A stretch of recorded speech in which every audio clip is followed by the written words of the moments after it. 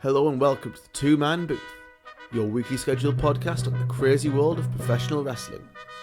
Even though we did one already today, so it's not really weekly anymore, but either way, with me, Jonathan. And me, Adam. And even though I said earlier today that we weren't going to be doing any news, since we've been off the air for all of, 3 hours, Yep. we have had news since.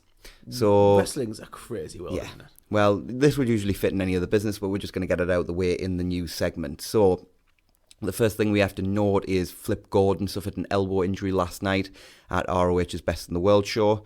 Brian Alvarez of the Wrestling Observer has noted that he dislocated his elbow, but it was popped back into place, and fortunately it doesn't seem like there's going to be any further complications. Good, because Flip's had loads of wrestling, loads of injury problems lately. Yeah. Most of them in ring, so as long as he's fine, we don't have to talk too much about that. Yeah. And Killer Cross versus Eddie Edwards in a First Blood match has been announced for the Slammiversary pay-per-view. Kind of interesting, this one. You mentioned something to me earlier about an LU style segment that kind of led to this. Yeah, they've been feuding for quite a while on Impact Wrestling, and did a very LU style segment, and it looked as if Eddie had actually killed Killer Cross.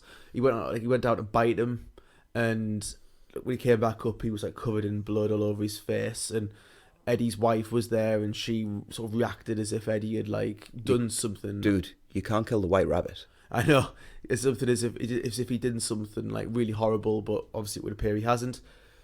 Whether this is going to be a way to write Killer Cross off of Impact, we don't know. Obviously with Scarlett Bordeaux leaving as well, we shall see. But this is obviously part of the very long running storyline of the descent into the darkness of Eddie Edwards. And can you believe 10 years ago, would you ever have said that one of the biggest names in hardcore wrestling would be Eddie Edwards? Not really. He was just the technical guy. That's all he was. Yeah. To most people, he was Davey's tag partner. Yeah, even though he was better than Davey. Yeah, well, it's hard to be worse. Yeah. Anyway, so the last piece of news we've got is there has been a match announced for this coming Monday Night Raw episode, and that is the New Day versus the Viking Raiders. So that'll be an experience. Okay. And with that, we will move on to Monday Night Raw. So we open the show with Seth Rollins. He is quickly interrupted by... Whoa, not a wrestling match. I know, shocking, right? Oh, man, I was banking on that. Yeah, so he's quickly interrupted by Becky Lynch. Seth gives props to Corbin for picking Lacey to be the ref on Sunday, but says he wasn't smart enough to know that Rollins has the best backup in the world. Becky says it pays to be the man's man. Corbin arrives and Lacey tries to attack Becky from behind, but Becky gets the upper hand. Rollins is distracted by this, allowing Corbin to attack, but Rollins gets the upper hand. The babyfaces clear the ring, and then Corbin says Becky is the only reason Seth is still champ, so he should give her the title and go home and make the man a sandwich. He says Lacey is the only real woman around here, and challenges Seth and Becky to a mixed tag match for Extreme Rules. Becky agrees on the condition that if Corbin and Lacey lose, then they get no more title shots. Corbin announces it will be winner takes all in that match, and that match could be very rough. What do you mean could? Probably will. It's going to be the carry job of the century if it's good. Well, neither match was great.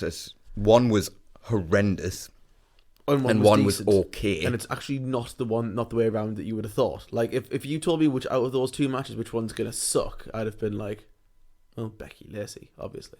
I don't know. I think I might have gone Rollins Corbin. Right. I hated this segment. Yeah, I did. Well, I don't know whether it's just because I'm so used to this type of segment, but it didn't feel any different. And this just felt like every WWE opening segment for the past 5 years. I just felt like it made Rollins look really stupid. Rollins was the afterthought to Becky. He is the one B to her 1A really in the company right now. I know he kind of is an afterthought, but don't actually highlight that.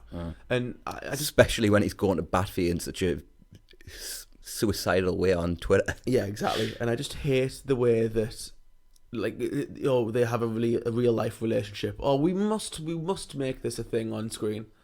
Why? It's just awful, and it makes Rollins look worse. And Becky doesn't need it either. Her character's about being independent. That's literally her whole gimmick is about just her. To be fair, if anybody came out coming looking independent out of the segment, it was Becky. It was Rollins who looked codependent. Yes. Yeah. But next up, we had an elimination match which pitted the Usos and the New Day against Bryan, Rowan, and the Revival. And today, in Rowan's t-shirt watch, Rowan is wearing, as I referenced on the podcast we did earlier, a Soundgarden t-shirt. Awesome. R.I.P. Chris Cornell. All the love, absolutely. We lost a great talent.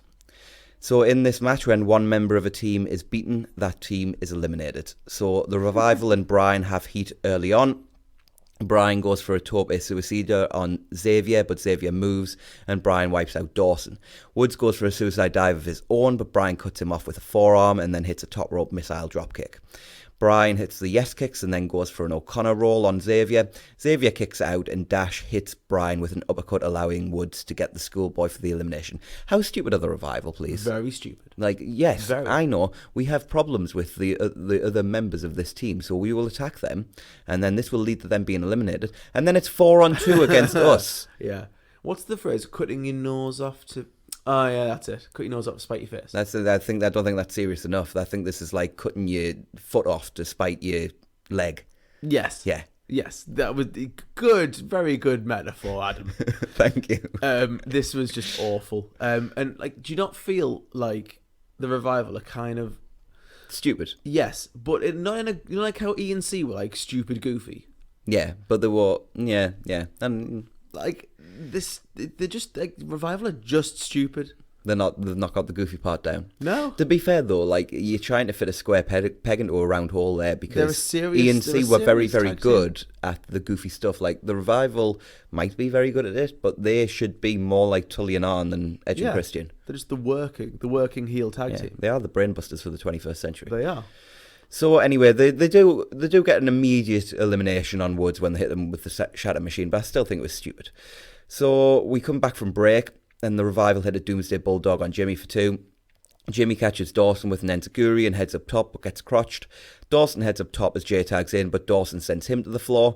The Revival go for the superplex and frog splash combo, but Jay cuts Dash off, and as Dawson hits a superplex on Jimmy, Jay leaps off Dawson's back on the top rope into a splash for the pin, elimination, and the win. I think it was off Dash's back, actually, not Dawson's back. But either way, that was a really cool finish, really quite sort of unique, really, just seeing sort of, as soon as he crotched him, Dash fell like sort of stomach first on the top rope, and Jay kind of used his back as a launching pad to hit the frog splash on a guy who'd just done a superplex. Everything made sense, and it was really cool looking. The match itself was pretty good. I just don't get why it needed to happen. I know why it had to be an elimination match, because we can't have wrestling during ad breaks, because that's just ridiculous. But so we'll have to do some kind of weird elimination step where we beat not only the Raw Tag Champs, but we beat the SmackDown Tag Champs, and as we are going probably to find out, given what happened on SmackDown, the people who will be challenging for the SmackDown Tag titles. So you've beaten a top contender and 2 champions. Genius. When really all you had to do was beat one of them. Yeah.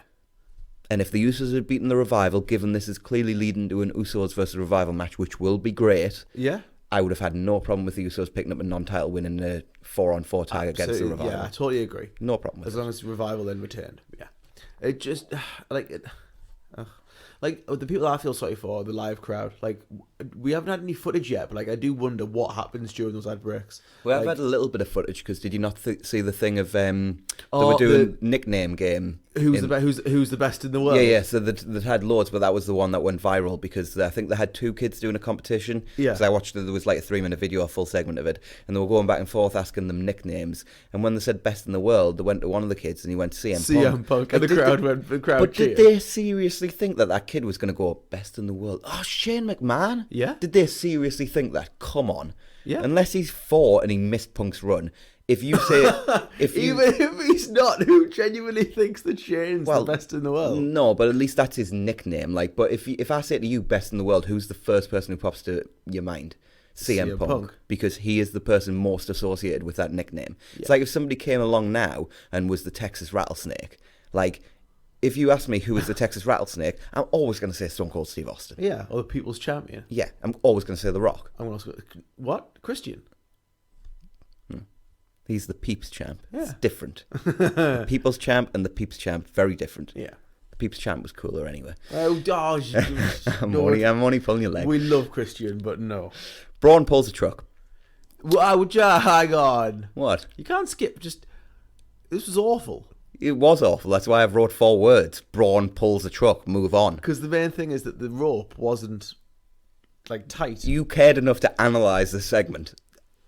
Yes, because And we're doing a wrestling podcast. This so segment lasted analysed the worst segments. This segment lasted about 7 seconds, and I still nearly reached for the remote to fast forward. God, it's going to be great when they go head to head with someone, isn't it? Oh, God, yeah. Oh, that's coming. Yeah, Believe you me. Yeah. So, Miz TV with R-Truth and Carmella is next. The 24/7 rules are suspended during this interview. Look, I've defended the rules being suspended during matches, and I do stand by that because, like, we've talked about doing the booking, and we're going to do it tonight. Yeah, I've brought some wine, tonight. so I think it's going to make it more entertaining, though. Yeah, and we've been watching some hardcore stuff on the just before we started TV recording. before we started recording. So we've seen how entertaining the segments used to be, but I cannot understand why you would have it suspended during an interview. Because the thing is, right, like, I do understand the idea of not having it during matches. Yeah, like, yeah. I do get that. This is something we agree on, and because we're going to do that, yeah. the idea is going to be that the reason people want to be champion is you get a guaranteed match in the third hour of Monday Night Raw every single week. But what they obviously don't get is, like, they lost an opportunity here for quite a cool, like, a funny segment, right? You could have had the Miz TV totally interrupted by all of the the 24/7 guys coming out and trying to win the title. And you could have had somehow Miz, like, end up winning the title.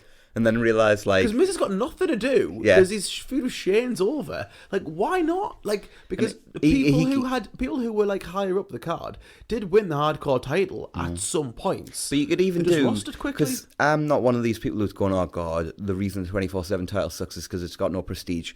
The hardcore title never had any prestige. It was just funny. It was just fun and comedic, and it was a way to have an entertainment segment on Monday Night Raw. Yeah. And that's what it should be used for now. So if Miz goes, oh my God, I've got a kid at home, I've got another either on the way, as he had the second baby. I think the second's either on its way or he's had it just recently. You might be a new father. He's already up 24/7 helping Marie Steele with the child. Like, that's what a parent is. Yeah. You know, does he really want to have to be looking over his shoulder to defend the title? You could realise it's the worst thing that's ever happened, and you could do some segments where he's trying to lose it, but he somehow fails. Marie, will you just pin me, please? Don't go down that road. We've booked something like that before. I don't mean that. Yeah. Anyway. Like, he could take it so far as, like, that becomes, like, his third child. Like, and Marie's just like, can you please look after our other two as well? And he's like, no, I have to focus on this one. He puts the 24/7 title in a swing at the playground and starts pushing the swing. Yeah, and just puts it in the cot and says goodnight to it at the end of every day. Genius. Yeah. So there's lots of ways you can go with it. Yeah. So Truth was amazing for all but one line in the segment. He says that the 48/7 European television title is no joke. I love Truth sometimes. The 24/7 title's no joke either. He makes some comedic comments about police showing up at his house before Drake Maverick arrives. He says Truth ruined his wedding and his life. His wife won't talk to him. They haven't even consummated the marriage, which leads to some bad constipation jokes. That was the one bit I didn't like from Truth in this segment. Yeah, I'm not keen on that. He wants to win back the love of his life. Carmella feels sorry for him, thinking he is talking about his wife, but Maverick rebuffs that, saying he was talking about the 24/7 title. That was a funny line. Drake's delivery was fantastic. The line was funny. I love this. I totally agree. Like, the delivery was great. The line was great. I just dislike the fact that it's the general manager of my favourite show involved in this angle. Anybody else could have done this, you know. Yeah. Like, literally anybody else could have done this angle. I'm not sure many people could have delivered it the way Drake did. I know, but you know what I mean. Yeah, it's not worth it for one line, but, you know, Drake's delivery was fantastic. So Miz hears from his earpiece that everyone is banned from ringside if Truth will accept the match. Truth accepts the match against Hornswoggle because that's apparently who he thinks Drake is. So Maverick attacks at the bell, but Truth hits the lie detector and pins him for the win. This went all of about 10 seconds. Post-match, the rest of the losers arrive, but Truth escapes with Carmella on his back. Rude interviewer approaches Drake in the ring to interview him, but he leaves all depressed. One thing I'm going to say, mind, is... because obviously we were watching the segments earlier. What used to make it really fun is that, like, Crash did lose the title. It was just funny that it always ended up coming back to Crash. Like, by and large, I think that's what they're trying to do with Truth, though. I mean, Truth tends not to lose it that many times. I don't know about that. He's 9 times. He's 9-time champ. How long's this belt been around? Oh God, yeah. What, a month now? It might be a bit more than that. But yeah, we're saying we're going to book it for the first month and get it over, aren't we? Yeah. Oh, well. You know what? I'll take it back. To a degree, it is getting a little bit over. I just think it could be so much more entertaining than it is. Yeah, you're right. Like, somebody made the point, I don't know what podcast I was listening to, but it was another podcast, and somebody was making the point last weekend after Stomping Grounds that whenever anybody got a roll-up in a match, the crowd was really into the roll-up because the 24/7 titles basically made the roll-up a serious finishing move. Well, it was, yeah. You know? That's how most of the 24/7 things used to have finish. been. Yeah, it's how most of them have been won this time as well. Either by roll-up or by utterly vicious attack from a weapon. You are thinking of Briscoe and Patterson right now, aren't you? We have just watched that segment. Wine bottle to the head or champagne bottle to the head. It is the absolute greatest hardcore title segment ever. Of all time. It's probably one of the best segments, like short segments on Raw ever, though. It's fantastic. It's genius. It's so well written. You drag from that glass. Because it's like, I mean, Brian Alvarez was talking about it, wasn't he, on his podcast with Vinny. What, the Retro Show? Yeah, and like they were saying, like what's great about it is that everybody and their dog can see what's coming, apart from Gerald Briscoe. Yeah. Like everyone. No one made them great though, and I said this to you off the air earlier. Is the fact that Jerry Briscoe and Pat Patterson are both like legendary wrestlers. Yeah, huge stars. Like Pat Patterson in San Francisco in the 70s, huge. First IC champ. Jerry Briscoe, first IC champ. Patterson? Yeah, he was. Yeah. He never won it. He won it in a tournament in Rio de Janeiro that never actually took place. But, he was the first IC champ. But, so they have had legendary careers, but they don't care. They're not out there going, like, can you imagine Hogan? I know Hogan's a bigger star than they were, but can you imagine Hogan going out there and, like, making himself look this idiotic how for old entertainment? Patterson and Briscoe at this point?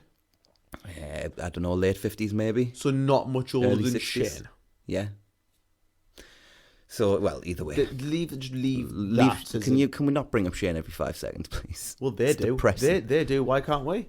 Because it's depressing. Hang on. Speaking of Shane, we must be close, right? Close to what? Shane's segment. It's coming, yeah. Yeah. It's a segment away, so we'll go through the next one quite quickly because I want to get through it quite quickly anyway. Lacey and Corbin flirt unconvincingly backstage. Yep. Yeah. And then next up we had Drew and Shane versus Roman. Shane takes an age to announce that this is not a one-on tag match, but a one-on-two match, so both he and Drew can be in the ring at the same time. Like, how does it take you 75 years to make that announcement? Do you know why? All you need to do is go, by the way, we don't have to tag in and out. Do you know why? Done. You know why, though? They're trying to pad the show. The show needs... they've obviously realised... The show needs more Shane. That's what they've obviously realised, that the show just doesn't have enough Shane. And that really, like, if the whole show could be about Shane, then it'd be amazing. So, like, pretty soon you're going to have... like how the whole, Monday Night Jericho? Yeah. That's not good enough. It's going to be Monday Night Shane. Shane Down Live. Yeah, Wrestle Shania. Summer O'Shane. Shaniva Series. Royal Shane. Hell in a Shell. That is not good. None of this is good. Shane in the Bank. Oh, God. Right. Roman starts... Oh, no, I'm trying to... No, hang on. No, we're done. Roman starts off hot, beating down both guys, but Drew slams him into the steps and takes control. They beat him down forever. Like, seriously, how long did this beatdown go for? Drew hits the Claymore, then Shane the Spear. Drew hits the Claymore again, and Shane sets up for coast to coast, but the dong hits. The Undertaker catches Shane and hits the chokeslam before clearing the ring. Like, apart from them having a match at Shane-O-Mania a couple of years ago, why did the Undertaker come out to save Roman here? No idea. Just before we start... Elimination Chamber. Is that literally what you've been thinking about the entire time I was talking there? Yeah, Elimination Chamber. How? No. It's the same thing but spelled differently. It's genius. Yeah. Why did Taker come out? Like, was it 2 or 3 years ago they had their match at Mania? Taker missed this year's, didn't he? And last year he faced Cena, so it must have been the year before. See, 2 years ago. Like.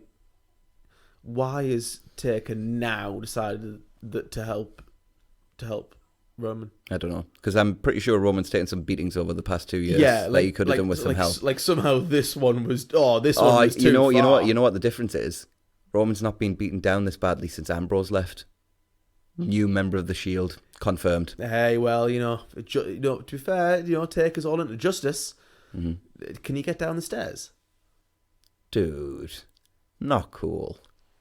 No, No, he's broken down, but he's still the Undertaker. Neither's watching Taker wrestle anymore, and that's sad to me. Yeah. Like, they literally wrote the perfect retirement. Yeah, they did actually. Like, if you a couple of years too late, but they did write the perfect retirement. If you were going to retire Taker, like, that is the perfect way to do it, and they've just like ruined it.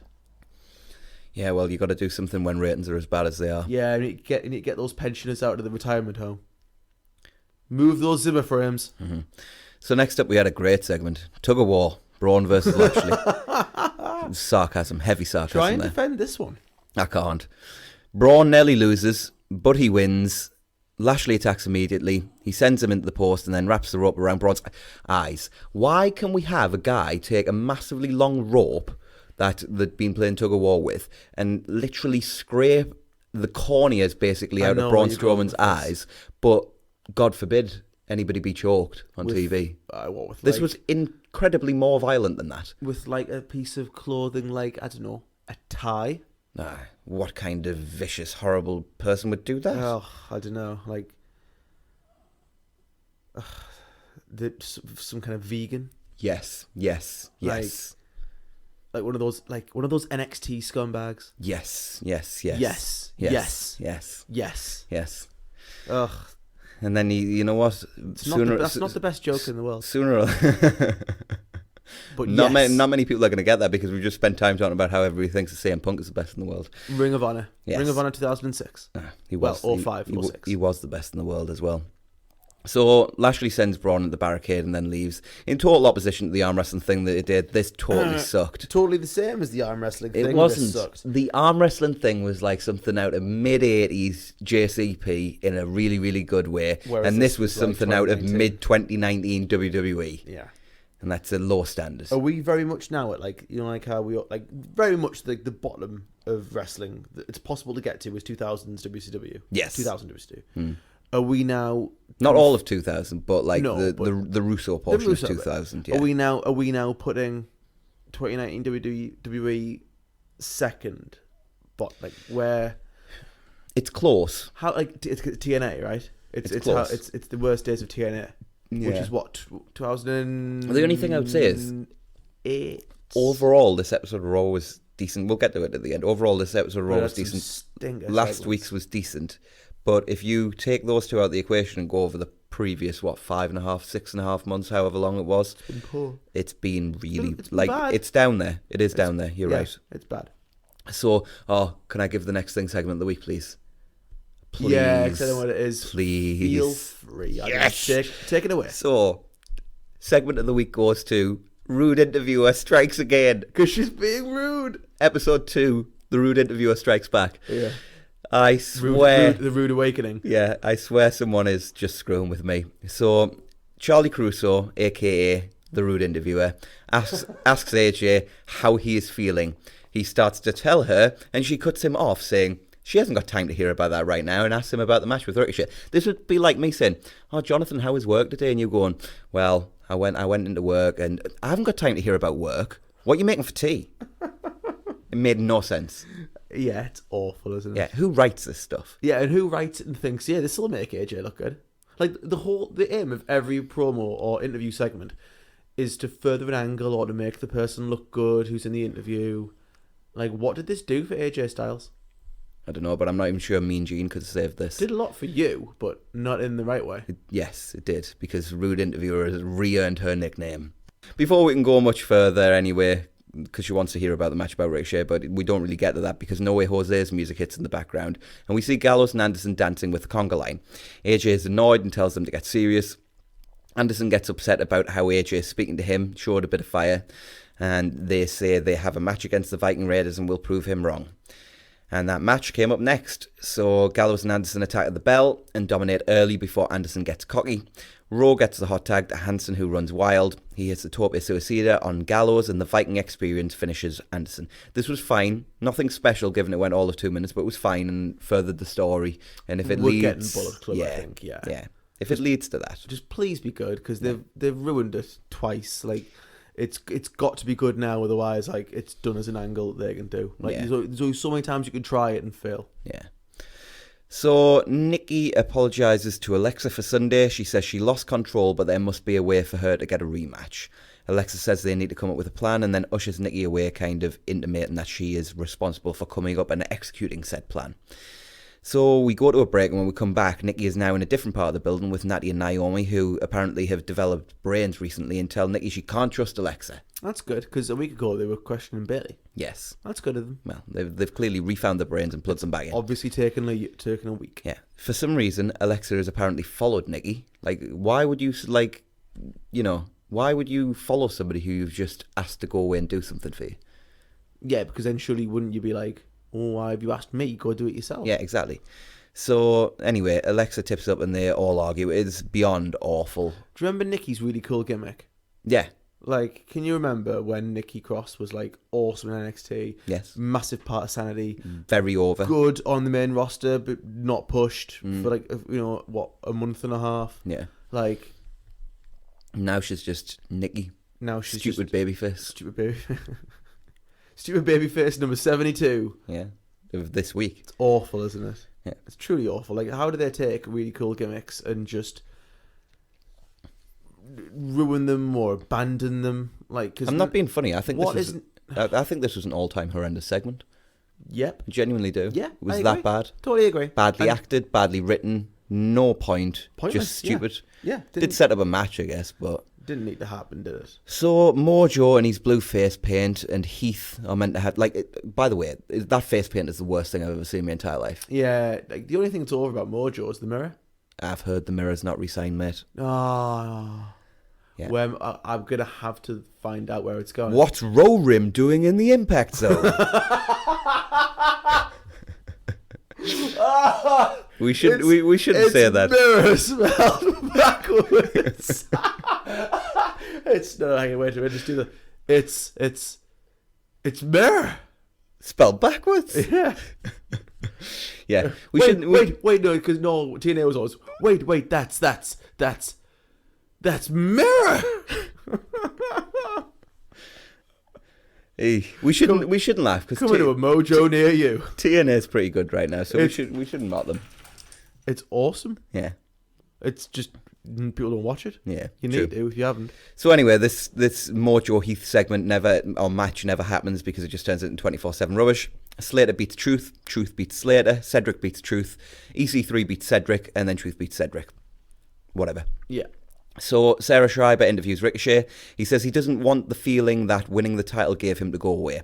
He pays tribute to everyone who helped get him there, and tonight he wants to prove he's a worthy US champ when he faces someone he looked up to throughout his career, AJ Styles. Awesome. So Kofi is out next, and Rude Interviewer attempts to interview him in the ring, but Zayn and Owens arrive. Owens calls her not Renee and tells her she is no longer required. Remember when Renee used to do interviews and she was awesome? And she was probably the best at it since Mean Gene. Yeah. Yeah. So they ask Kofi why he's here. Kofi makes fun of his spot on Owens' face, and Sammy rebuts by asking him why he's a paper champion. Kofi mocks Sammy and Kevin's on-again, off-again friendship and claims the New Day are brothers with a bond that no one can break. A brotherhood without banners. That was a really interesting line, I thought. Because it is coming. Is there a Big E turn-in coming? Yeah, it must be, because otherwise what's the point? Like, I would very much suggest that SummerSlam. Like, Well, the match at SummerSlam or the turn at SummerSlam? The match at SummerSlam. Because I just don't think they're not going to have anything else to fill in. Unless they go with Bryan, but Bryan's tag champ.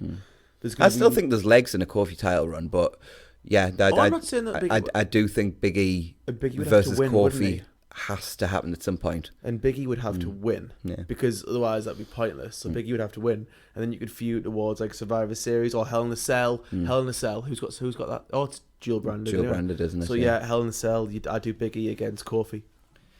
So Kofi says he beat Owens at Money in the Bank on his own, Ziggler last night on his own, and tonight he will beat Zayn on his own. And that comes next. Kofi runs wild early and looks to follow the boom drop with Trouble in Paradise, but Zayn ducks and gets a roll up for 2. Sammy works a heat segment that sees Kofi constantly fighting back but constantly being foiled. Sami hits a Michinoku driver for 2. He goes for the haluva kick, but Kofi counters it with a running double stomp, which actually looked more like a Meteora.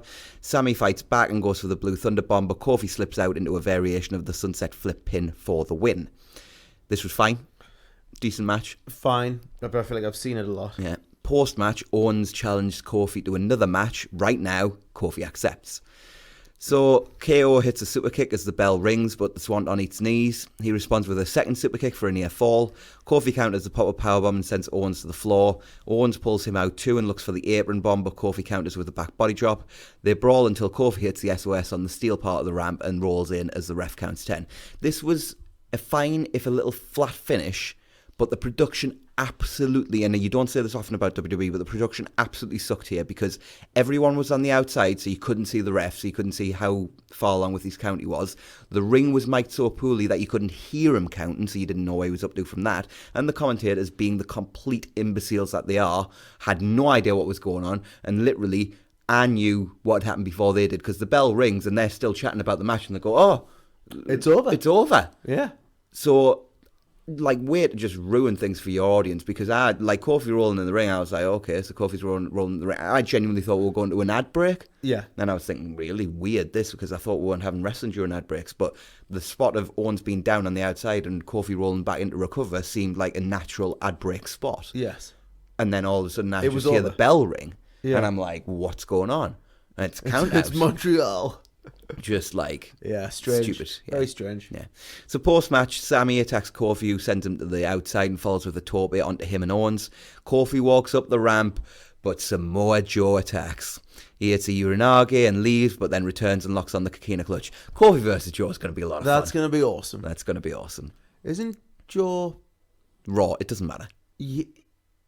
It doesn't matter. I mean, the brand split's dead, isn't it? It doesn't matter It at this died. point. It died ages ago. Yeah. Which also makes SmackDown, like, less valuable. Yeah. Like, I know. When there's a brand split, it makes SmackDown more valuable. But I guess Fox and USA want people on... They want Roman. They want both. They want all the top stars on both shows. So, yeah. you know. So Drew and Shane versus Roman and Taker is official for Extreme Rules. This does not sound like a good show. No, it does not sound good, does it? I will say, that might not be as bad as you might first think, because... The reason Taker's matches, like, and I refuse to watch any of the Saudi shows, so I didn't see the supposedly awful tag match from last year, but a lot of the reason why Taker's matches suck is he's in there with all guys, and he's working with them in singles, and Taker's broken down as hell. In this match, you know, Shane and Drew can get the heat on Roman, and then Roman can get the hot tag, and Taker can run wild, and hit Taker all can these turn big on moves. Roman. Oh, don't say that. Oh my God. That would oddly make so much sense. Yes, but it would also suck. Because that would... Oh, God, and they could do Taker versus Roman at SummerSlam. I don't want to see that. I know, it makes a lot of sense, doesn't it? It's the kind of thing they would do. So we have Alexa versus Naomi next. Naomi accidentally takes out Nikki on the outside, and then when she rolls back in, Alexa hits a spike DDT for the win. I didn't really leave anything out. It was that short. That was it. It happened, yeah. Post-match, Alexa beats Naomi down as Nikki kind of sort of joins in, but then Natty makes the save. Was a bit awkward. Yeah. So Alexa and Nikki versus Natty and Naomi takes place next. For some reason, they decided Alexa should play the babyface in peril as Natty and Naomi get the heat. Like, what? Wrestling 101. Yes, the heel. Literally the only heel in the match was the babyface in peril. Yeah. I'm astounded. You got to get sympathy for your heel. So anyway, You should always feel sorry for bad people. Alexa fights off the sharpshooter and gets a hot tag to Nikki. She hits a top rope crossbody for 2, and then Alexa blind tags back in, and Nikki hits the sort of swinging neck breaker before Alexa kind of steals the win, even though Nikki didn't seem upset about it. Odd. Very odd, but weird booking. And with that, we went to our main event, which was AJ Styles versus new United States champion Ricochet. This is a non-title match. They start, but this is no wrestling during ad breaks.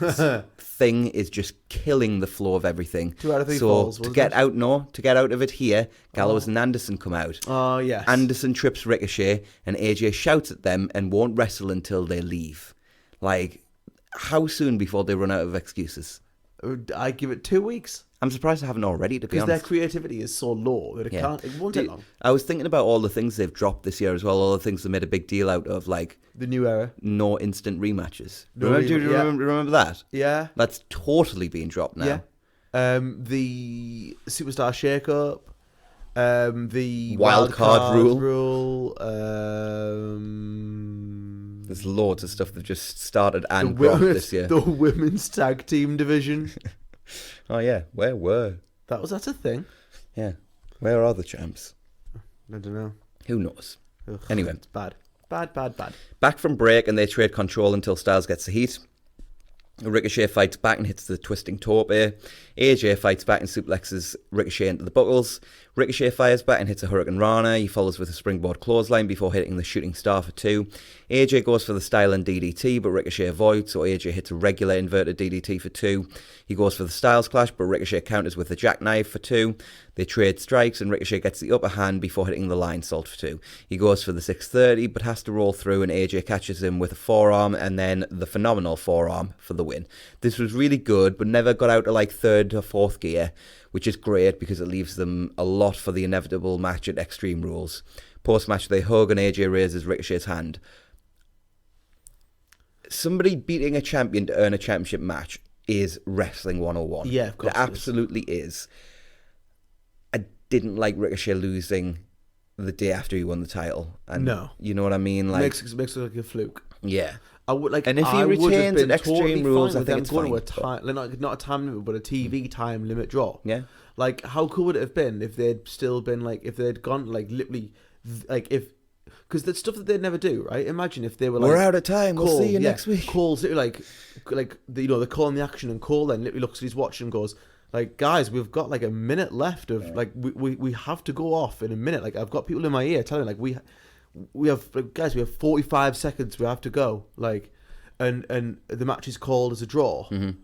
Like, then you've got your reason for the title match. You've made AJ look good. You've protected Ricochet.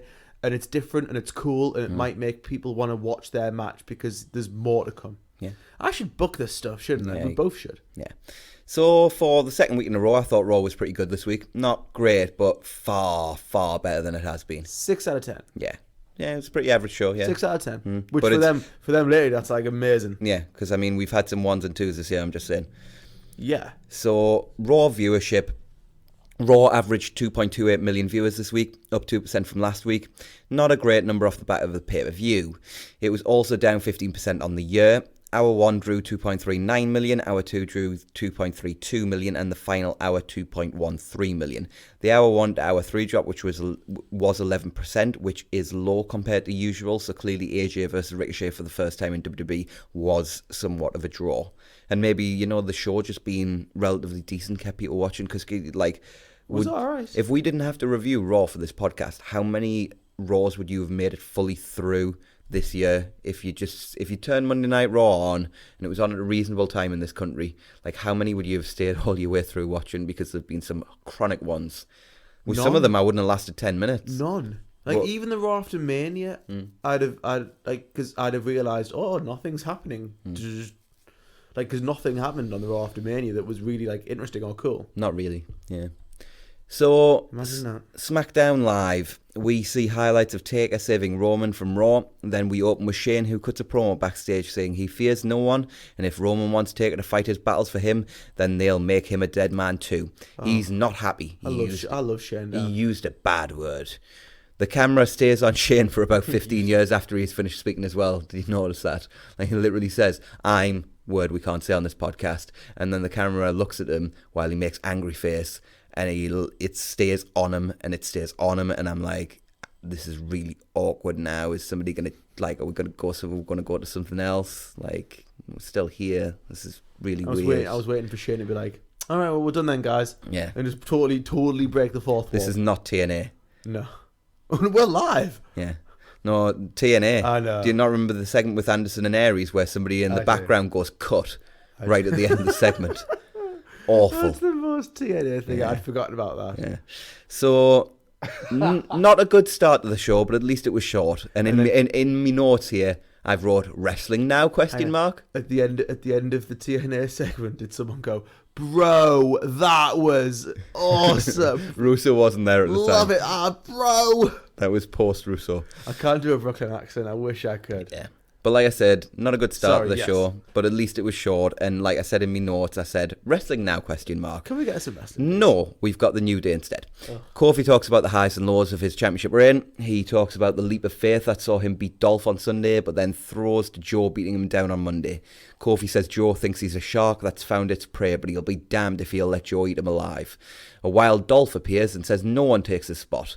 This is his life, his everything. He says Kofi took the coward's way out on Sunday. He should be WWE champion. He says if he beats Kofi tonight in the 2 out of 3 falls match, he will be added to the Extreme Rules match. This was fine, but everyone talks too much. Yeah, on a wrestling show. Yeah. So still not wrestling, as Miz goes looking for Shane, but Elias warns him off. Miz wants to finish things with Shane, but he leaves anyway. Shane appears and accepts a challenge if Miz can beat Elias in a 2 out of 3 falls match. Oh dear God. That was literally my response. I audibly said that at 20 past 1 in the morning or whatever it was our time when I was watching SmackDown on Tuesday morning.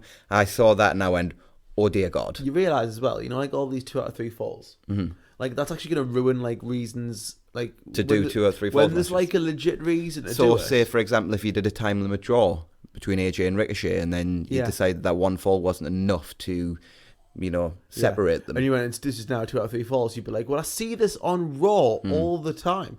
Like, they'll have to do like 3 stages of hell. Imagine if all of the time. If New Japan didn't like wrestling during ad breaks, not that they do because their business model's totally different. Sport. So we never ever get Omega versus Okada 2 out of 3 falls in that their legendary, one of the greatest matches of all time, if not the greatest match of all time match from Dominion last year, because we can't do 2 out of 3 falls, we do it all the time. It's moronic, isn't it? So New Day versus Bryan and Rowan was next. Rowan is wearing a Gojira t-shirt this week. Not my favourite band, but it is what it is, It's not Pearl. It's not Pearl Jam. We can't always have it be awesome bands. And hey, Rowan's got his own taste. So they lock up early on and Bryan hits a shoulder tackle. Bryan takes control and then him and Rowan work things over on Xavier, getting the heat on him. Bryan hits the draping knee strike for 2. And then Rowan comes back in, he follows with a clothesline. Xavier fires back and counters out, but Rowan runs him over again. He sends Xavier to the floor, but Xavier rolls back in. Bryan tags in as the double teams continue. They beat him down and beat him down and beat him down, but it's actually a relatively well done heat segment. Eventually, Xavier fights to his feet, and the crowd, however many of them were actually there, start to get into it. He hits a jawbreaker and then an enziguri, and then both men get tags. Big E runs wild with suplexes, but he goes for the running splash and Bryan gets the knees up and transitions into the label lock. Xavier makes the save, but he gets dumped to the outside. He drop kicks Rowan. Bryan lays in kicks on Big E, but runs into an STO, and then the up, down, down finishes Bryan. This was a fun match. Like went about 10 minutes, I think. Really fun match between 2 really good teams who really work well together.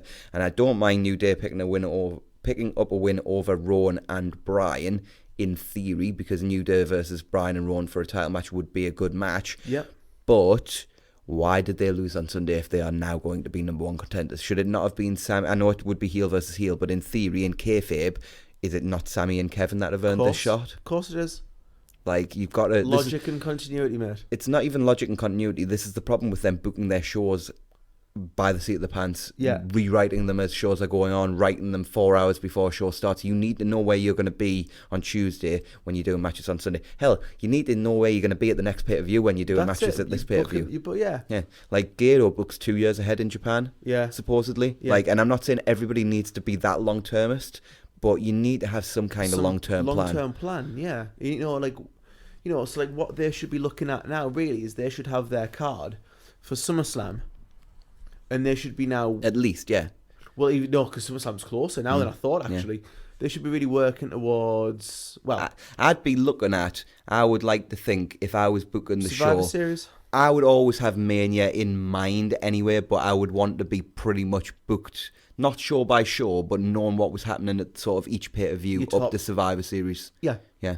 And you've already got your sort of your top matches in mind for Mania. Yeah, because I would, as soon as Mania ends, I would start in my mind building towards next year's Mania by doing subtle things on shows, building the matches that I assume I'm going to do. Long-term book. Yeah. That is a stupid idea. know. That is. Get rid of that stupid thought out of your mind. It's not led to the best wrestling of all time or anything like Not that. at all. Not at all. So Kevin and Sammy attack post-match until Heavy Machinery make the save and the faces clear the ring. And then what would you know? We get an 8-man tag. Player. Yeah. So they Is all... Teddy Long booking this show? I think Like, Teddy Long's booking every show when right now. someone goes one-on-one with The Undertaker, that's when we know. Well, if he turns heel on Roman, then I guess we will be seeing somebody go one-on-one with The Undertaker. So funny. So they all brawl right away, and then the heels get the heat isolating Tucker. They work over with quick tags. Rowan takes control over Tucker by knocking him to the mat. He takes him up top and follows and hits a superplex for 2. And then it all breaks down. Rowan hits an Iron Claw slam on Woods, and Brian comes in, but Tucker absolutely murders him with a lariat. He gets the hot tag to Otis, and who runs wild on Sammy. The spinning slam follows, and then the corner splashes connect, and then Otis sets up and hits the caterpillar. He tags in Tucker, and the compactor finishes it as Owens just walks off. Like, that made no sense. Just leaving Sammy high and dry. Odd. Yeah. Very odd. Yeah. I mean, it was fine. It didn't go very long, but it was fine. And you know, whatever. Was what it was. So if Nikki beats Bayley tonight, Bliss gets her rematch. And then we get another superhero-esque Ali video patch. I didn't like this one. What were your thoughts on it? Not a massive fan. Yeah, it was. I like the one, it was superhero-esque, but not in the sense that he legitimately had superhero powers, the one that aired on Sunday. It was just he was out there, like Batman is, looking out for people who can't look out for themselves and just being this guardian angel almost. This one was very much he just looked at a woman in a back alley and she stopped drinking beer. What? Yeah. He does not have that power. I've just always liked, gritty, down-to-earth from Mustafa Ali doing the handheld camera promos. Yeah. And that's exactly, Or sitting with the camera on the floor backstage with his hood up, just talking. literally exactly what it should. Ugh. Like I said, Why? Why can't they do these? But the one that aired on Sunday would not have been out to keep him with anything they did with him on 205 Live. If that had aired during a 205 Live show, it would have been fine. This one it almost felt like they had an idea. Vince said, you know what, go ahead, do your idea on Sunday. Saw it, thought it was great, and thought, he's a superhero. I need to get into this, and this one Vince wrote. Yeah. That sounds That's exactly how it felt. like. So, next up, we got The Miz versus Elias in a 2 out of 3 falls match. Hooray. And if Miz wins, he gets a match with Shane. Yay. Yay. Just say yay. Just say yay. Yeah. Yeah. So, Shane cuts off the springboard from Miz, and Elias hits a knee strike and drift away for the pin about 2 minutes in. Yay. And we go into the second fall. Yay. This match was awful, by the way. Yay. Yeah. Miz hits some kicks, takes out Shane, and hits the skull-crushing finale on Elias, but Shane breaks it up, which leads to a DQ, making it 1 fall apiece. But Shane and Elias then beat Miz down, so why? Because then I don't think they ever rang the bell again, so technically as soon as because they don't do rest periods in WWE, do they? It's not like when they did the Okada Omega match, did they give them 30 seconds between falls or something like that? Yes. You know, they don't do that in WWE, so the next fall begins immediately. But Shane and Drew just keep beating on Miz, so surely that's another DQ and Miz should win the match. But that doesn't actually happen, and it's Shane and Elias, not Shane and Drew. Reasons. So they beat him down forever, and then Shane spears Miz, and then fall 3 finally technically begins, and Elias heads up top and hits the elbow drop for the win. This was not good. Not so good. I didn't think it was as bad as Miz and Drew, possibly because there was slightly less Shane interference, but there was still slightly less Shane. There was still a healthy amount. Only 95% Shane. Who wants to see Miz versus Elias go 15 minutes in a 2 out of 3 falls match? Because it was, I tell you what, it wasn't Seeing me. 1 fall is more than enough of my time. So after the match, Shane hits coast to coast on the Miz because, God, he didn't look like a big enough loser to start with. Yeah, and you got to get, we're getting to a point now where we're like, you know what, you got to protect Shane. And guess what? Got to make Shane look strong. Guess what? What? Finn Balor still is alive. He appeared on the show, I know. He's not as if he's like, Intercontinental champ. Yeah. Well, he says he respects Andrade, but he overcame him and he wants to know who's next. And as he says that, who should walk in? Somebody else who's still alive. Shinsuke Nakamura. Yeah. So I guess that's the feud going forward. I mean, cool. That could be great. That could be great. But I need to be given reasons to care. I mean, I don't know why Balor Andrade kind of ended. I don't know where Balor's been. Did he get so drunk at the Champions League final that he's never actually made his way back from Madrid until now? Quite possibly. Because I don't think I've seen him since. He's been hitchhiking his way. Yeah. Too sweet in his way through Europe. Yeah. And somehow across the Atlantic. Yeah. So... next up, we had Bayley versus Nikki, and as I mentioned earlier, if Nikki wins, Bliss gets a rematch with Bayley because that's how you earn title shots. Apparently, you get your friend to win them. This is a precedent that's been set. This is how Kofi got his shot. Yeah, very good point, actually. Yeah. So they work back and forth early on. Bayley kind of works probably more heel for me than Nikki did in this match, which was kind of weird. Strange. So Nikki hits a jawbreaker, avoids a charge, and hits a DDT for 2. And Bayley sends it to the outside and then misses the suicide dive. Back in, Nikki hits a neck breaker for 2. And Bayley fights back with a Sayuta suplex that gets 2. But Bayley misses a crossbody, allowing Nikki to cradle her for 2. They trade cradles until Nikki counters and pins Bayley. So I thought this was a decent match. Both decent workers. It was okay. It was relatively short, so it was nothing to write home about, but it was fine. And Alexa gets another title shot, I guess, at Extreme Rules, which brings back very bad memories of the last Alexa Bayley Extreme Rules match. My God, if it's a kendo stick match. Yeah, not good. So Carmella searches for R-Truth, but finds Sonya and Mandy. She then finds him, and Maverick arrives and talks about Truth ruining his wedding day again. Truth hugs him and says he thought it was Carmella's wedding, and tells Hornswoggle to get a referee and pin him. But it's a trap, as Truth escapes and decides he doesn't actually care about Maverick. I didn't like this segment. No, I didn't either. Yeah. And next up we had Sonya Deville versus Ember Moon. Are we going to talk about this? Well, yeah, we kind of have to. It was a no, match. I don't mean the match. Sure. I mean after the match. Oh, yeah, we kind of will, yeah. Yeah. So Ember follows Sonya to the outside when Sonya powders. Sonya comes back and takes Sonya back in, but Mandy distracts her and Sonya sends Ember into the post and then pins her. This lasted all of like 60 seconds. Right. So after the match? Go on then. Lesbianism. Yeah. Would appear they're going for it. They were relatively subtle about it. Yeah. And I don't have a problem with them doing some kind of angle if they are just... if they're gay and they're together and they love each other, great. Yes. I don't want it to be much like the Becky Seth thing. If they want to reference it on TV, it doesn't offend me. But I don't. Are they together in real life? I don't. Yeah, but I don't. I didn't know that. No, they're not together. Not Mandy and Sonya. I thought you were talking about Becky and Seth. Yeah. Right. No, I meant yeah. Yeah, I believe Sonya's with Seth's ex-girlfriend. In a weird turn of events. Yeah, that's what I thought. But I didn't think they were together. No. But if they want to do something like that and reference it on TV as that, but as long as they don't make it all about them, oh God, lesbians, 2 women together, like as long as they don't do that, who cares? I'm all for more sort of. It is Pride Month. LGBT characters in wrestling because I think it's considering how big a portion of the sort of population they make up, they're underrepresented in wrestling, so more power to them. Yeah, it's just interesting that they've picked lesbians rather than like gay men, for example. There's America. It's almost like lesbians would be more appealing to their audience. Yeah, actually, most of whom are either over 55 or children. Yeah. Well, there you go. Interesting. Aleister Black. Do I need to say much more? He's still sitting in his room. And he's still shouting at Still waiting on a challenge. Yeah. And somebody knocks on the door and he smiles, but we don't see who it is. So finally next week, I think we're going to see Aleister Black wrestle. Or at the very least, we're going to see who he's going to wrestle the week after. I don't really know anymore. I'm looking forward to it being like someone utterly rubbish. So then it was time for our main event of the evening in a 2 out of 3 falls match as Kofi took on Dolph. Non-title, of course, but if Dolph wins, he gets added to the Extreme Rules match with Samoa Joe and Kofi Kingston. So I thought this was better than their match at Stomping Grounds. Couldn't think of the name of the pay-per-view there. I agree. Yeah, nothing much happened for the first couple of minutes, but Ziggler countered a sunset flip and sat down.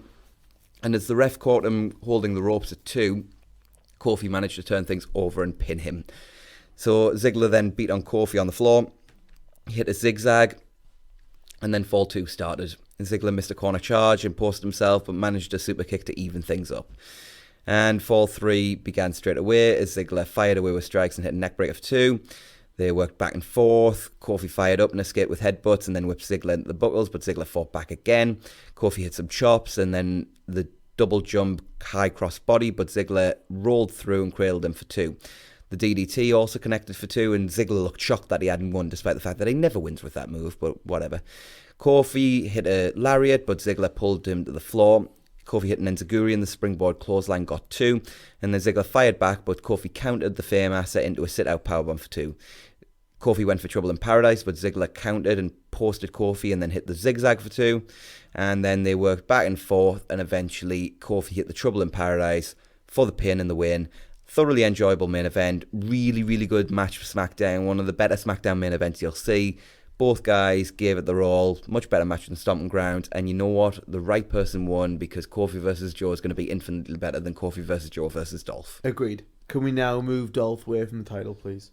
Yeah, well, like, you know what? Doubt. Like, Dolph has really genuinely been very, very good in his run. Yeah, he's done nothing wrong. It's just Dolph. Don't care. Just don't care. It's the shame of Dolph. Like, they've ruined. Do you remember Dolph when he won the World Heavyweight Championship? Like, how awesome Dolph was, how over Dolph was. Do you remember Dolph after he won a Survivor Series? Yeah, it was amazing, wasn't it? And like, we actually went round your house after work to watch Raw because we were like, man, they have to push. Like, Ziggler could be like the guy. Yeah. Like, like.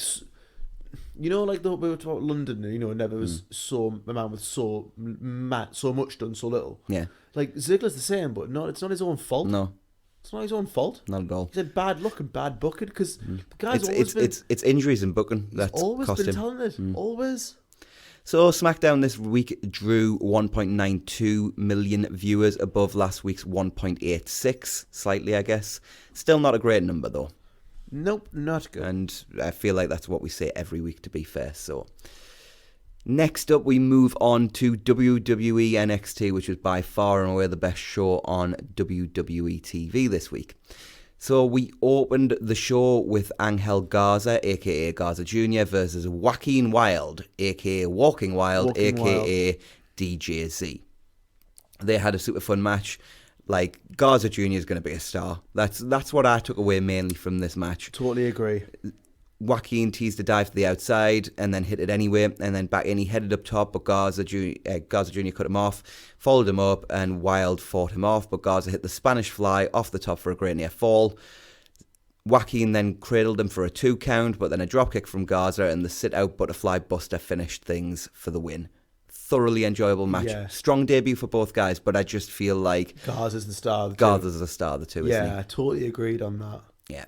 And then we get a video package highlighting Kushida, and then Damian Priest saying that his name will live forever. And then we got an NXT Tag Team title match, because this is a title episode of NXT, as the Street Profits defended their newly won titles against the Forgotten Sons.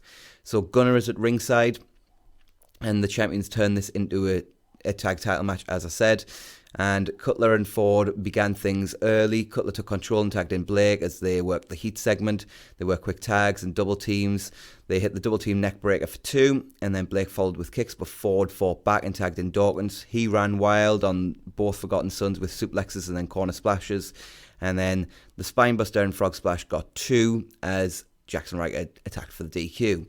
So this only went 2 or 3 minutes.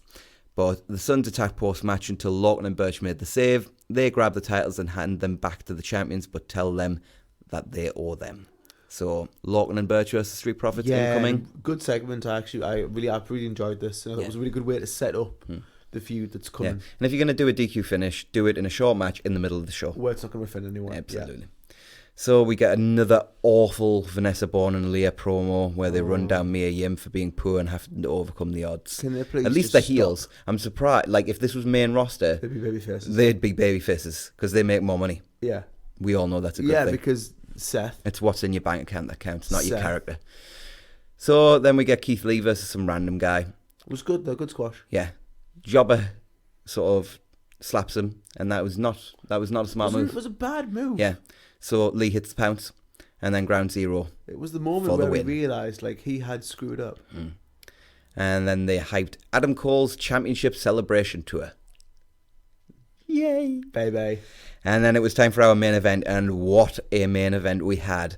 Steel cage match as Shayna Baszler defended the NXT Women's Championship against Io Shirai. Baszler attacked early on, but Shirai fought back. They worked back and forth early. They worked some kind of shoot-style stuff early on, with sort of Baszler working from guard position and Shirai sort of using strikes. It was quite well done. Like cool. I know Shayna's got a background in MMA, was an MMA fighter, but I was surprised to see how well Io, worked that style. Most wrestlers in Japan, even the can do like some form of even it. the Joshi. Yeah, like just because I didn't know whether it was just a male purely just because they're trained in martial arts, like from being young. Like Marufuji actually tried out at, I believe it was Kingdom.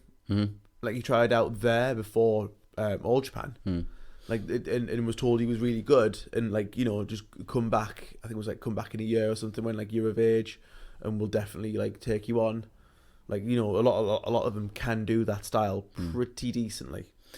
So Io hits the shorty and climbs, but Baszler cuts her off and slams her into the cage. She does it again, and then sort of grinds Shirai down. Shirai powers out, but is tossed into the cage again as we get a sort of heat segment.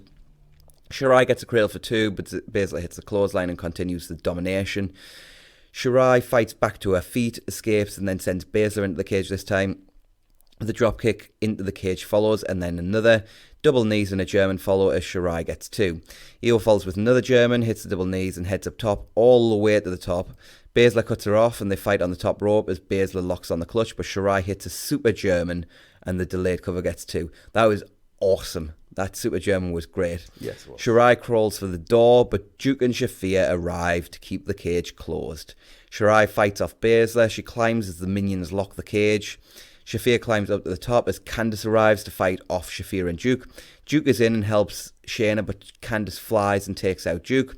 Baszler takes out Candice and Shirai, gets to the top and hits the moonsault press off the top of the cage onto Shayna, which was an awesome spot and an absolute... How she hit such a picture-perfect moonsault from the top of the cage. The only other person I've ever seen hit a moonsault that pretty from the top of the cage is Kurt Angle. Yeah. The one on Raw against he who must not be named. Yeah. Where he landed flat on his face because Benoit moved, and it was just picture perfect. Yes. But this was too. So Shirai crawls to the door, but Baszler grabs a hold of her leg and falls with strikes. Io kicks her away, crawls again, but Baszler cuts her off again and chokes her out in the ropes. Io fights, but Baszler just keeps choking her out, and Io slams the door into Baszler's face, but that leads to Baszler falling out to retain. It was a well done finish, and although I did feel like there was a little bit too much horsewomen, Candice, all that involved, there was too many bells and whistles for me, but this was the best cage match I've seen done in years, because I feel like cage matches, I'm probably missing a lot out because it's been a lot of years, but the last truly great cage match in WWE I remember was a triple threat at whatever the pay-per-view after, it might have been Extreme Rules actually, the pay-per-view after Mania 27 between Cena, Miz and Morrison. I remember that being a really, really good cage match, but I genuinely can't think of a steel cage match that's been good since. Just a purely steel cage match. Yeah, not Hell in a Cell or anything like that. No, I can't think of one either. And I maybe, because that's 8 years we're talking now, but like even the Joe Ballo matches in NXT, I didn't like their steel cage match. It wasn't that good, I didn't think so. Agreed. But this was really, really good. And the post-match angle. Oh, yes. So after the match, Io snaps and absolutely annihilates Candice.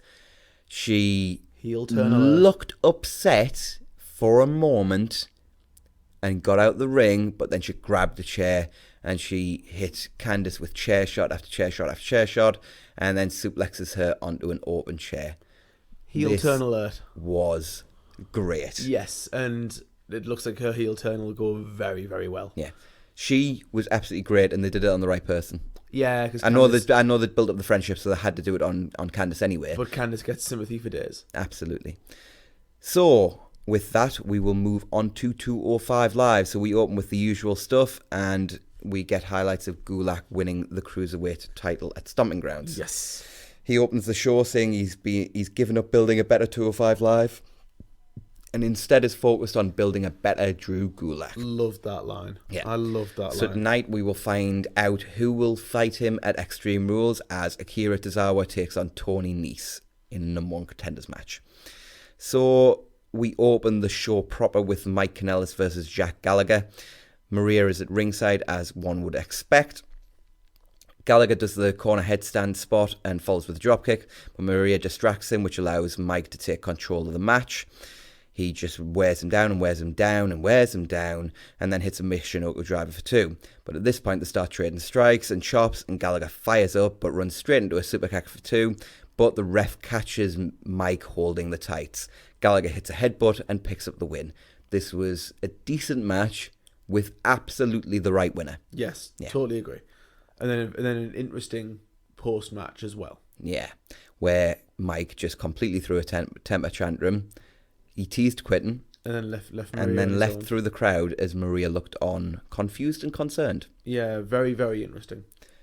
So Tony Nese plays ultimate babyface and says he has no excuses for losing on Sunday. He just lost and he knew the risks of a triple threat match going in. So he takes back control tonight, beating a man that he respects in Tozawa. And he reminds Gulak that it wasn't him he beat for the title. Tozawa says he had victory in his grasp on Sunday, and he will win tonight and become a two-time Cruiserweight champion at Extreme Rules. These were two good promos to build up the main event and the subsequent match, depending on who won going forward. Absolutely perfect. Yeah. So Drake is on the phone and leaves a message for Mike and Maria, calling them unprofessional. Okay. Irony. That was just irony. Well, that was just a segment that just didn't need to happen. And then we get Humberto Carrillo versus a jobber. And this went a little long for my taste. Yeah, Carrillo should just win quickly. Yeah. But, he did some lucha stuff. And the guy who was there, I don't know who the guy who was there. I usually Google to see who the jobber was in case it rings a bell and I know them. But I don't know who the local talent was in this case. I didn't notice. But whoever it was, he worked quite well with Humberto. They did some nice lucha stuff. And then Humberto hit a backhand spring elbow and the springboard headbutt for two. And then he headed up top and hit a missile drop kick, and the twisting splash finished things. And then we saw highlights of last week's Daivari versus Lorcan angle. Daivari says that he was out for revenge last week and he's tougher and smarter than most think. But then all of a sudden a wild Oni Lorcan appears and attacks him with a chair shot and beats down Daivari. As much as I hate Daivari as a character and just think, what is the point in him? Good and segment. Can we move on? It was a really good segment. Yeah, I really enjoyed it. The Oni beating him down from behind thing didn't bother us because that is absolutely what Oni Lorcan would do. It's just aggression, it was fine. Biff Busick is an aggressive man. Yeah. I really like this too. I thought it was a really, really good segment. So the Lucha House Party talk about their issues with the Sings, and next week they get a rematch in a tornado tag match because that feud will not die. Can Metalik just please go off on his own? Can the Singh brothers please go off on their own, like out of the company? You can take Mike Kanellis with them. Go your own way. Okay, Fleetwood Mac, calm down. So then it was time for our main event, and what a main event it was. What else would you expect from Tony Nese and Akira Tozawa, though? So Nese got a cradle for two, but then Tozawa countered a suplex attempt and hit a Hurricane Rana and followed with the huge cannonball off the apron. I have no idea how he gets the height and sort of velocity he does on that cannonball. They work back in and Tozawa heads up top, but Nese cuts him off with a Pele and gets a 2 count. Nese then gets an element of heat, but Tozawa tries to fight back, but then Nese cuts him off with elbow strikes. Nese gets the heat again, but this time Tozawa fights back successfully and hits a kick and a flapjack. The sliding dropkick and tope suicida follow, sending Nese over the commentary table. They work back in and Tozawa heads up top and hits a missile dropkick for two. He locks on the Iron Octopus, but Nese powers out into a side slam. He fires away with chops, strikes and kicks, and then hits a Fosbury flop to the floor. They get back in and the springboard moonsault follows for two. They trade strikes and chops again, but Tozawa fires up and hits the jab, much to the delight of the crowd.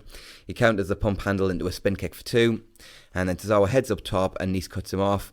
He follows him up and Tozawa fires back and the sunset bomb is blocked, but Tozawa turns that into a destroyer for an absolutely fantastic near fall. Tozawa up top, misses the senton, But then Tozawa managed a crucifix for 2. Nice hits the buckle bomb for 2, and then the running Nice is countered into a German for 2. But Nice hits a super kick, a German. Tozawa counters the running Nice again, but Nice hits Jig and Tonic for the win. So maybe a new finisher for Nice, which I don't mind because I like that as a finisher. This was an absolutely phenomenal main event. Brilliant match, great main event, and an end to a pretty good edition of 205 Live. Yeah, I would say not quite as good as NXT, but that was probably the best match of the week, though. Yeah, I think that was probably slightly better than the triple threat match from the pre-show of the pay-per-view. You know, like we've talked about segment close, of the week. But yeah. Like actual segment of the week is Ego's turn, right? Oh, without doubt. Yeah. Did I not say that when we did that? Because I did have that written in my notes. I can't remember.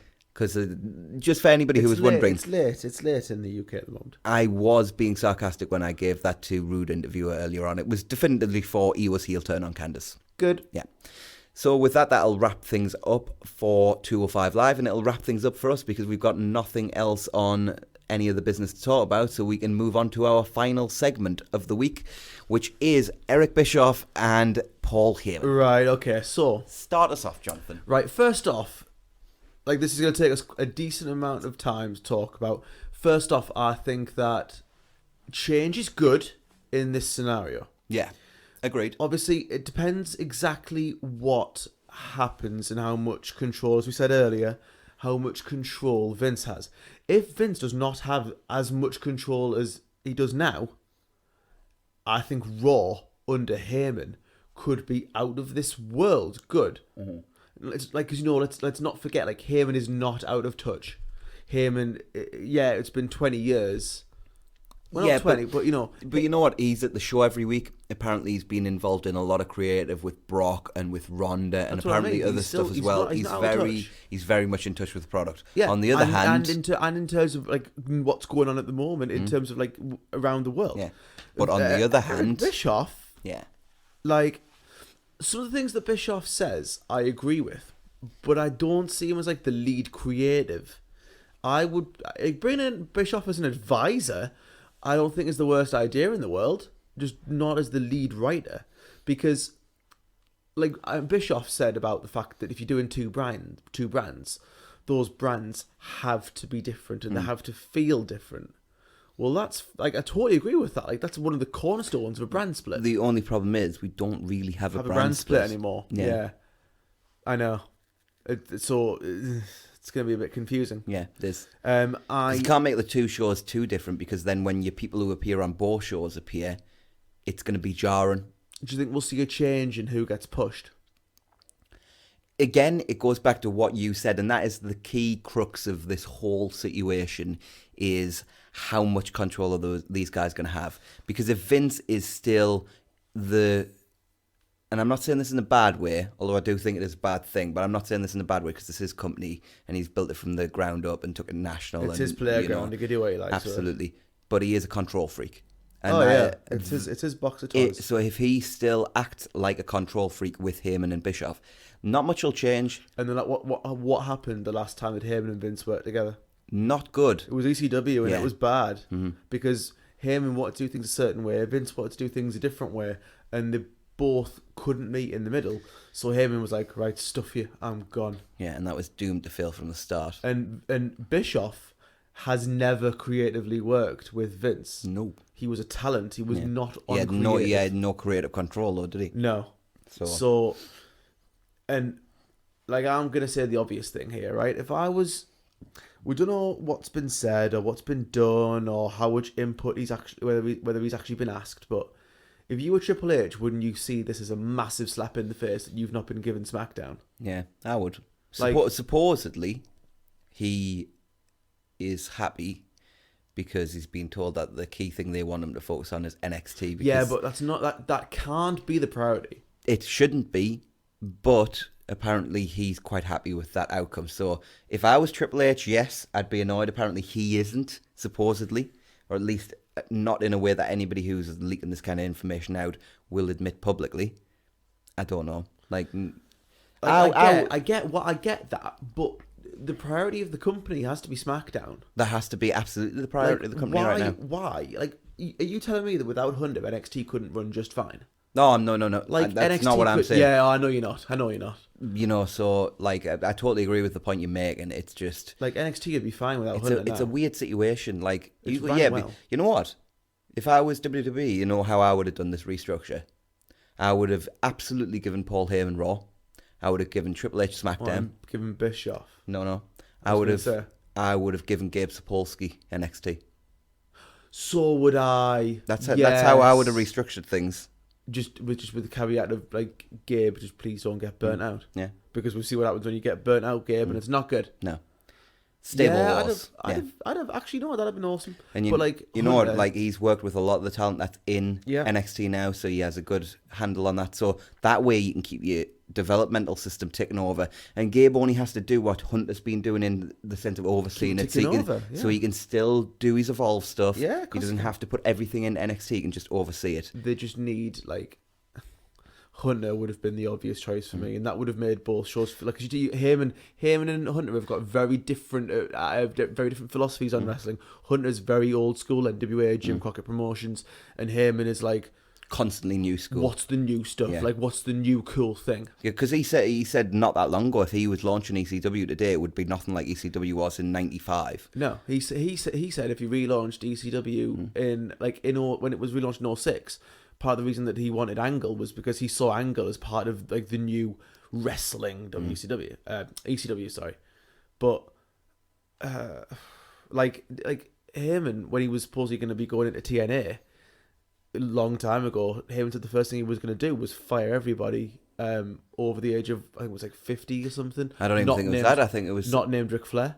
No, I think he said the idea he had when he met with Dixie was it was something to do with the fact that he only wanted 3 legends. I think that was what it was. One of them was like Flair. And I don't think Flair was there at the time because I think it was pre-Hogan coming in. I'm not sure. I think so. Well, the way I remember it I think he said he would keep 3 legends, but everybody else would have to go. And what he classified as a legend was anybody over the age of 40. So I think Angle was one of the people he wanted to keep. Foley will have been there, but I think he wanted to get rid of him. Okay. Yeah. Who else? I can't remember who Nash would have been gone. Yeah. But he wanted to build around the AJ Styles, the Samoa Joes, the Motor City Machine Guns, the Beer Monies, you know, those type of people. You mean like the guys who are like really, really, really popular and important now? Yeah. Yeah. Anyway, we're getting very off track. Yeah. I think on the whole, this could be a very good thing. But it could be literally. It all depends on what it is. The nothing. one thing that Meltzer's mentioned, but doesn't seem to have any concrete information on, was when people were saying what kind of creative control are they going to have, was how much is Vince going to take himself out of the equation when the XFL comes along. Hopefully a lot. And if he does take himself out of the equation, the one thing that's being striking to me is you would still have to have an overarching overseer of both shows to make sure that everything is still flowing a WWE corporate way. Hey, imagine if you had Jim Ross. No. Is that going to be Triple H's role? Oh, possibly. Does he then, when does he run NXT for the time being until Vince has to step away and look after the XFL at the start of next year, and then there is Hunter to oversee Bischoff on SmackDown and Heyman on Raw? It could be. Quite possibly. One thing I do think of is that this does show, not the Heyman signing, but certainly Bischoff, it does really show like how out of touch Vince is. And this is something that Dave Meltzer has mentioned, in that, you know, like at least Heyman's still been involved in wrestling. He was out, but then he came back in when Brock came back in. He's been very, very big part of creative. Like, the Bischoff thing hasn't. And Meltzer has referred to the fact that there's a reason that, like, internally, so inside WWE, there are people saying that like this is a clear sign Vince has lost it. Well, I think we've known that for a long time. But it is kind of interesting now. From within the company saying it. When you look at who is kind of the top dogs, and it's difficult to know what the creative structure is now going to be because this is such new news. Apparently there is no creative structure according to Moxley. But if you look at the top guys that we definitely know are involved in the creative process now, you've got Vince McMahon, who's been around for years. You've got Paul Heyman, who was big in the 90s. You've got Eric Bischoff, who was big in the 90s. Who was the last major signing to creative before then? Bruce Pritchard, big in the 90s. You know who we're going to get next? Does Vince just think, let's just go back to the 90s and everything will be grand again? Bring back Russo. Oh, God, don't even start that. Just wait until that happens. I'm just waiting. Swerve. I'm just waiting for him to bring in Jerry Jarrett. Bro. Yeah. Anyway. So with that is our thoughts on the situation there. The waters are muddy at the minute. So Could be everything, could be nothing. This will be something where I have no doubt we'll be discussing for some time to come on podcasts in the future. So we hope you've enjoyed the double podcast we've kind of done for you today. We will be back on a more normal schedule next week, Friday. Probably looking like we'll be recording the podcast. It'll probably go up for UK fans. It'll probably go up around Friday night, early hours of Saturday morning, and for American fans, you're talking sort of 6-7 o'clock Friday evening. So we will get onto that next week. But before we go this week, anything else you'd like to add before we go, Jonathan? I'm gonna go. Sorry, we're out of time. We will see you next Friday on the Two Man Booth.